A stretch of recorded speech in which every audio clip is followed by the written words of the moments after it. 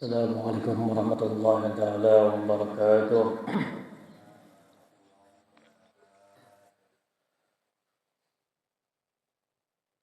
أعوذ بالله من الشيطان الرجيم. بسم الله الرحمن الرحيم. الحمد لله رب العالمين. اللهم صل وسلم وبارك على سيدنا محمد وعلى آله وصحبه أجمعين. أشهد أن لا إله إلا الله وحده لا شريك له وأشهد أن محمدا عبده ورسوله لا نبي بعده. فقد قال المؤلف رحمه الله تعالى ونفعنا به وبجميعه في الدارين آمين. وعن سعيد بن هلال رحمه الله تعالى إن العبد إذا أذنب من الله تعالى عليه بأربع خصال لا يحجب عنه رزقه ولا يحجب عنه صحة ولا يغفر عليه ذنبا ولا يعاقبه عاجلا ولا يعاقبه عاجلا أو كما قال.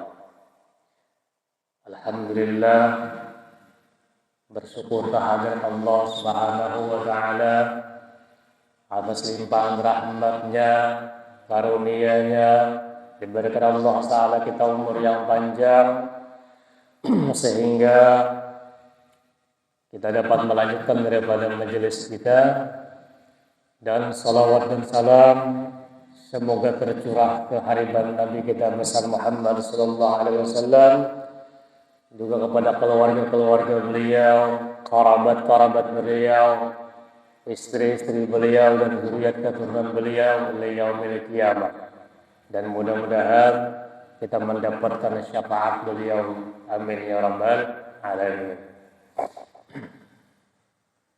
Kita menyambung daripada pengajian kita minggu yang telah lalu. Wa an Sa'id ibn Hilal, dan diriwayatkan daripada Sa'id bin Hilal rahimahullah ta'ala, ujar beliau, innal abda idza aznaba min Allah ta'ala alaih bi arba'i khisalin. Ujar Sa'id bin Hilal, beliau mengatakan, sesungguhnya seorang hamba itu meskipun ia berbuat dosa kepada Allah Ta'ala, Allah tetap memberikan dia 4 perkara. Artinya, siapapun di antara hamba-hamba Allah Ta'ala nang inya katujuh berbuat masalah, katujuh berbuat salah, katujuh berbuat dosa, Allah tetap memberinya 4 perkara. Ini umum, lalakian kah, binian kah, tua kah, anum kah. Apabila seseorang itu sudah sampai balik dan berakal, nang wajib baginya daripada syariat Allah Ta'ala, tapi nya ketujuh melakukan dosa, maka Allah Ta'ala tetap memberinya 4 perkara. Yang pertama, la yahjubu anhu rizqa. Allah kadang menghijab daripadanya akan rezekinya.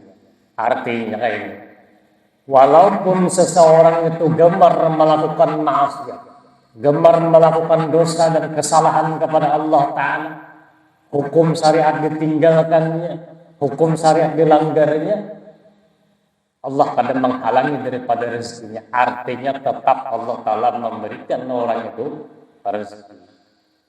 Contoh nyata, mereka yang kafir kepada Allah Ta'ala, yang di luar daripada agama Islam, tetap aja diberi masalah rezeki.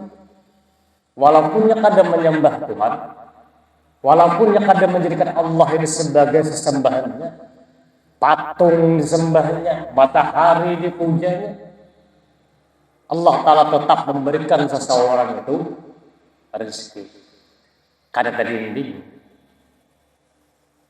Dan rezeki kita manusia ini semenjak ditiupkan roh di dalam rahim ibu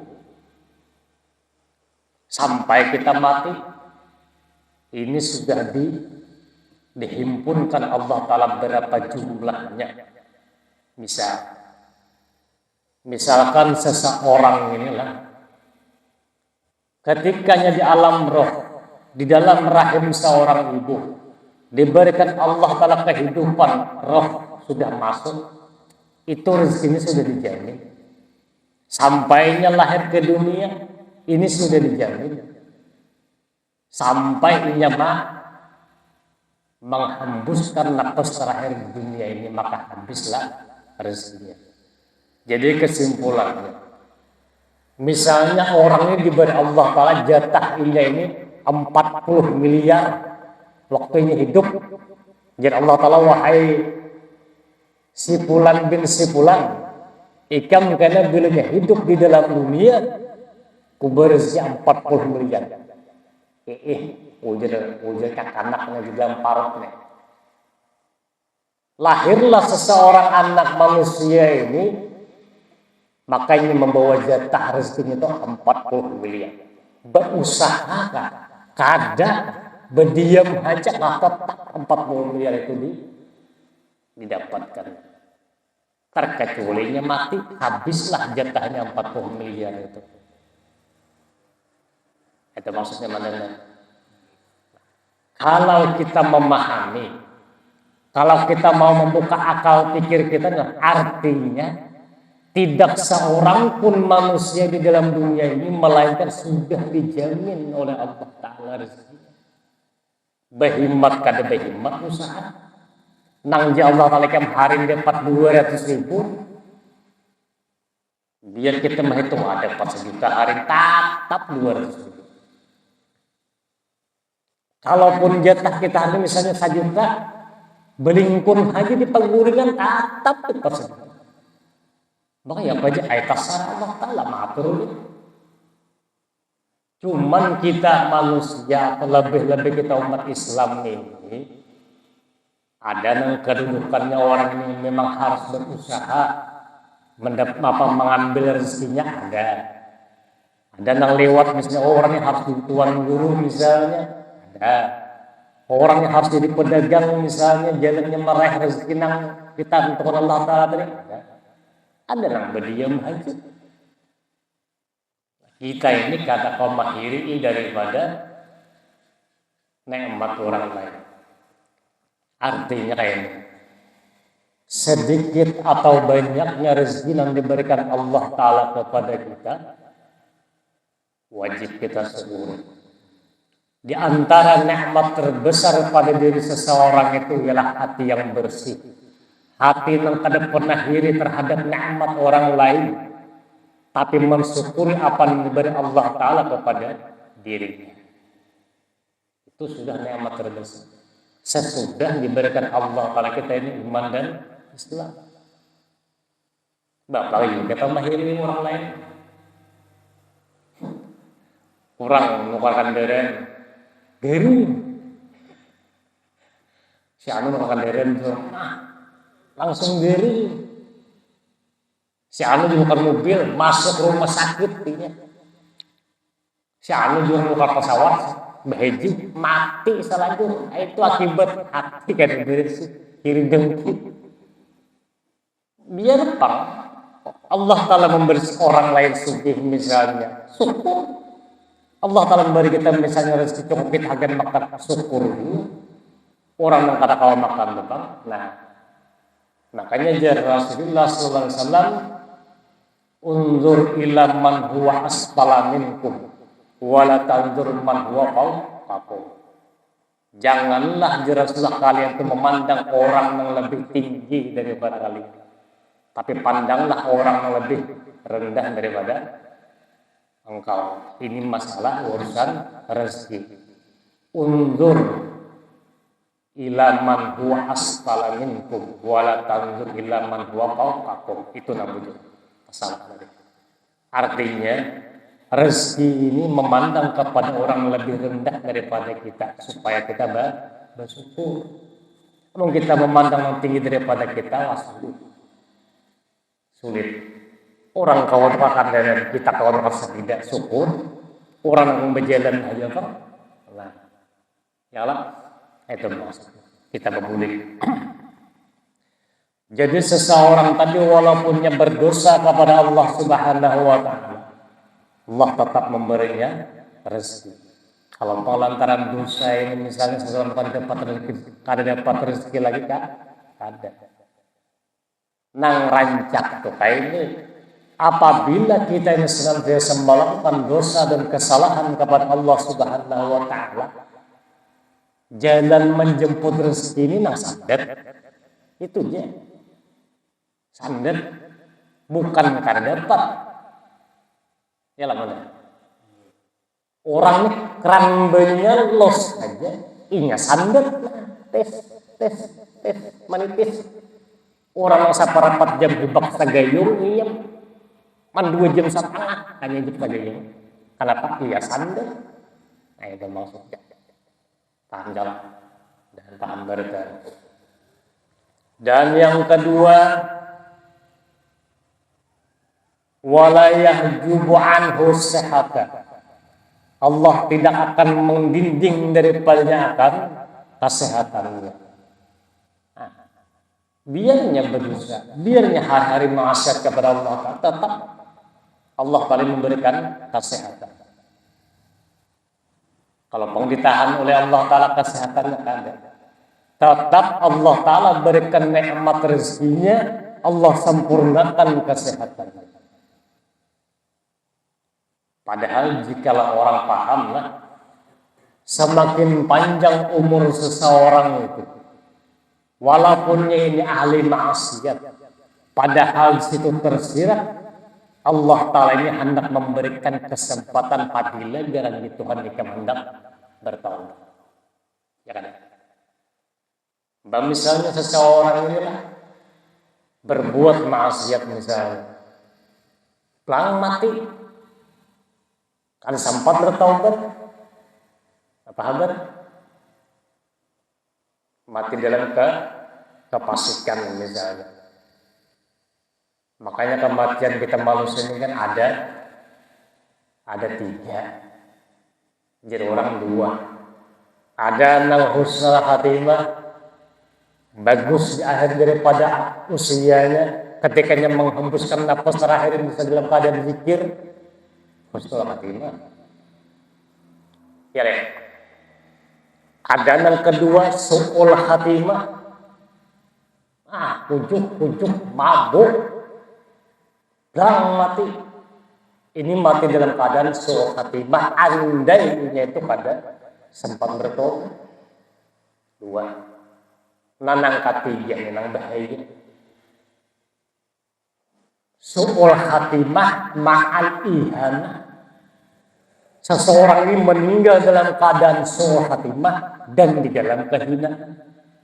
Contoh misalnya,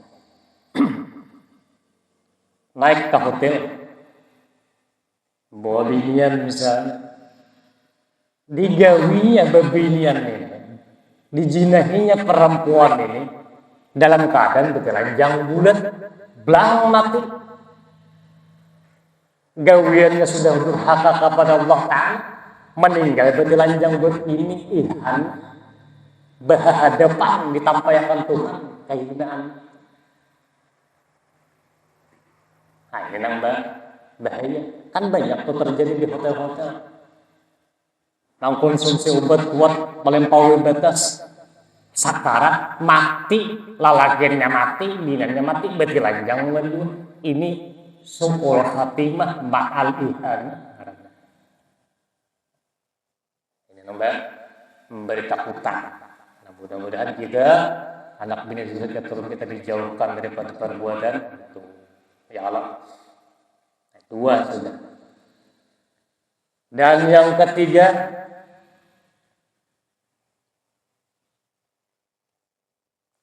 wala yusiru alaihi dzamba. Dan orang yang berbuat durhaka kepada Allah Subhanahu wa Ta'ala tadi, yang ketujuh berbuat dosa tadi, Allah tidak akan menampakkan daripada segala dosa. Kecuali ini sorangan namanya. Kita misalnya lah, habis merampok atau habis mabuk, aja. Adalah Tuhan menampakkan kejahatan kita tuh kan? Adalah Tuhan menimbulkan orang itu tahunnya dari mabuk kan? Artinya apa? Tetap ditutupi akan Allah Ta'ala segala aib dan kesalahan. Terkecuali si ampun diri. Seorang yang menerima 15 butuh kan bapak himung.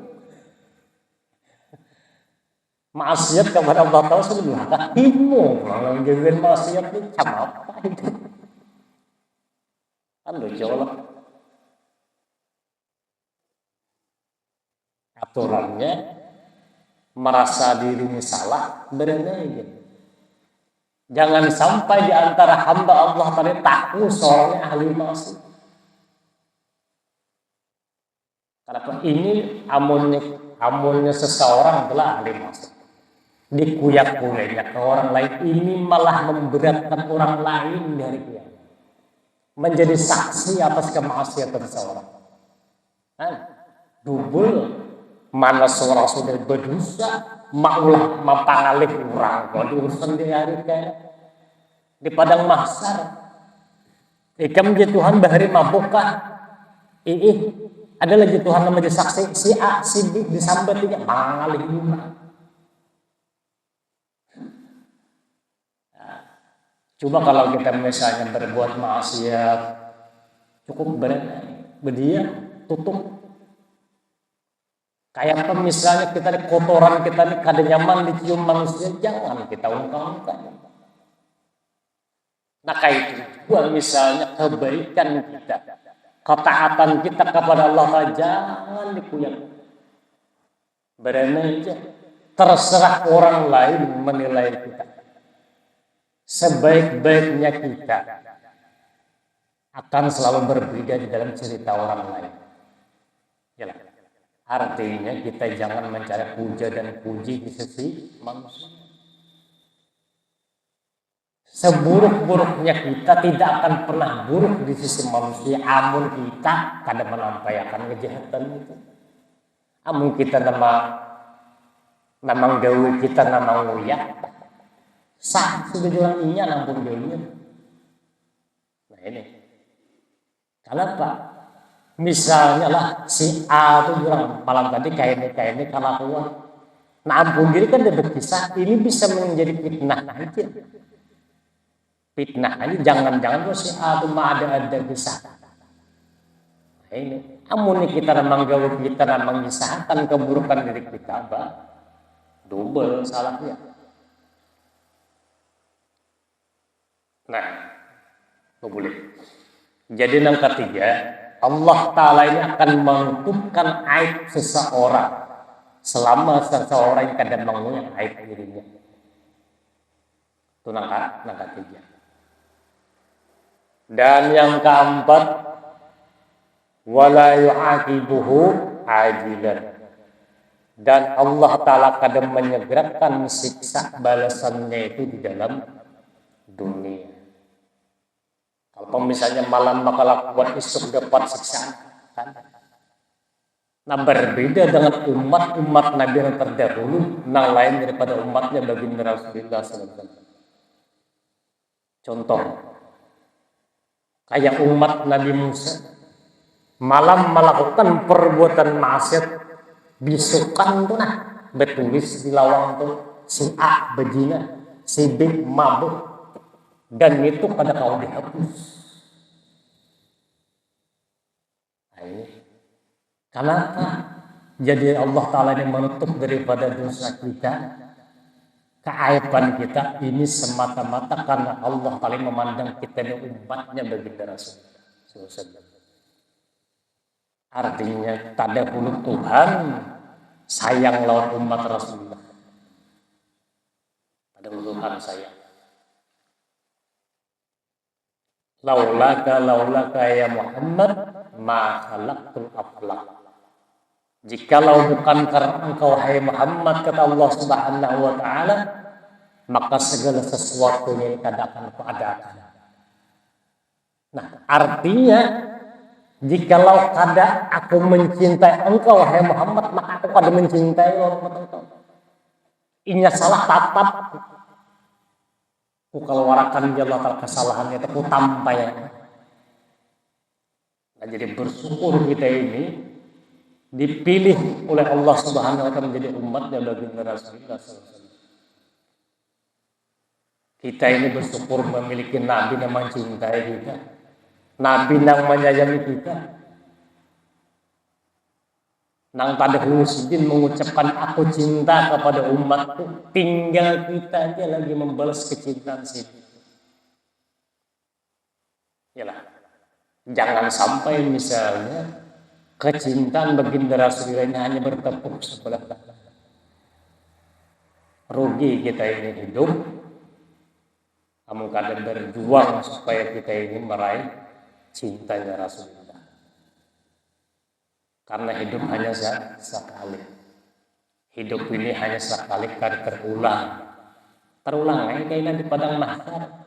Tapi pertanggungjawaban. Ulang hidup ini kena kita di alam kubur, tapi membawa pertanyaan. Ya ada. Jawaban di padang mahsyar, jawaban di alam kubur di dunia ini tulis dulu. Misalnya jadi Allah Ta'ala di alam kubur itu marrabbuka, siapa Tuhan engkau? Jawab di dunia Allah Tuhanku. Yakini Allah ini sebagai sesembah kita. Maka dengan jalan menjalankan daripada syariatnya. Wa man nabiyuka, siapa nabi engkau? Wa Muhammadun nabi, Muhammad itu nabi. Umpati syariatnya, mutaba'ah dengan segala perbuatan dan sifatnya. Nah, itu. Jadi seluruh pertanyaan kubur ini sediakan jawabannya di dunia.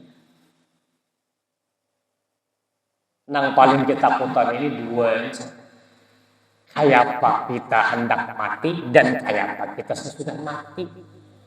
Di padang mahsyar itu jangan dipikirkan. Karena penentuannya di dunia. Penentuannya di dunia, mau kita hendak jadi orang baik di dalam kubur, nyaman di akhirat itu menggiringnya gitu. Istilahnya kayak ini. Kita ini kata kawan masuk ke perumahan itu nak kecuali melalui pintu gerbang. Namun pintu gerbang sudah dipukuli satpam, alamat yang di dalamnya maka umpatan.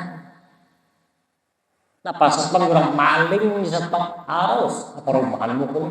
Artinya kalau di pintu gerbang ini selamat, di akhirat ini menggiring, di padang mahsyar ini menggiring. Itu maksudnya. Rugi kita ini kalau kada mencintai Rasulullah. Siapa lagi yang mau menyelamatkan kita di hari kiamat? Amal kita, perbuatan baik kita ini hanya sarana kita mewujudkan sebagai hambanya Allah. Itu belum tahu kita. Apakah diterima Allah Ta'ala kebaikan kita ini? Apakah ditolak Allah Ta'ala kebaikan kita ini? Jangan-jangan kita ini termasuk orang yang banyak bisi dosa. Misalnya kebaikan kita diterima oleh Allah Ta'ala, ini barang menyenangkan hati baginda Rasulullah di hari kiamat. Musiat kita nih, ahli maksiat, mati dalam keadaan maksiat, amal ibadah kita kada cukup, jangan diterima, ditolak, hatulah kemana lagi kita mencari-cari selamat. Terkecuali hanya syafaatnya baginda Rasulullah SAW. Barangkali bagaimana kita misalnya satu misalnya sifat perbuatan Nabi itu kita contoh. Ambil satu perbuatan sunnah Nabi itu kita jadikan keseharian. Tapi diiringi lawannya ya Allah, ulun nang kainin. Karena naik itu daripada sunnahnya Rasulullah. Ini dijadikan istiqamah dalam kehidupan. Nah ini kena menjadi cikal bakal kita mendapat balasan yang ada terhitung di sisi Allah Ta'ala. Itu. Karena dia mandala yang paling ditakutan kecuali kematian. Banyak orang-orang bahari ini senantiasa hari ke hari berpikir, kayak apa aku ini kayaknya mati? Kayak apa aku sesudah mati? Karena dua ini yang dikhawatirkan ujar Rasulullah Sallallahu Alaihi Wasallam akhir daripada perjalanan manusia, akhir daripada perjalanan umatku di sini. Nah, itu. Nah, jadi yang keempat tadi, walaupun seseorang itu ahli maksiat, Allah Ta'ala kadang mengharamkan daripada rezekinya, kadang mengharamkan daripada sehatnya, kadang menghalangi daripada menyegerakan apa ngarannya tuh, kadang disegerakan Allah Ta'ala balasan kesalahannya di dunia, dan Allah Ta'ala akan menutupi segala aib dan kadang dosa-dosanya itu selama ia kadang mengungkai dosanya. Nah, mudah-mudahan Allah Subhanahu wa Ta'ala mengampuni daripada dosa-dosa kita, dosa keluarga kita, anak bini zuriat keturunan kita. Allah ampuni segala dosa kedua orang tua kita, dan Allah Ta'ala angkat daripada derajat guru-guru kita, dan dikumpulkan kita bersama antara baginda Rasulullah Sallallahu Alaihi Wasallam, dan Allah Ta'ala halalkan kita mendapat syafaat beliau di hari kiamat. Amin Allahumma amin. Al-Fatihah. Bismillahirrahmanirrahim.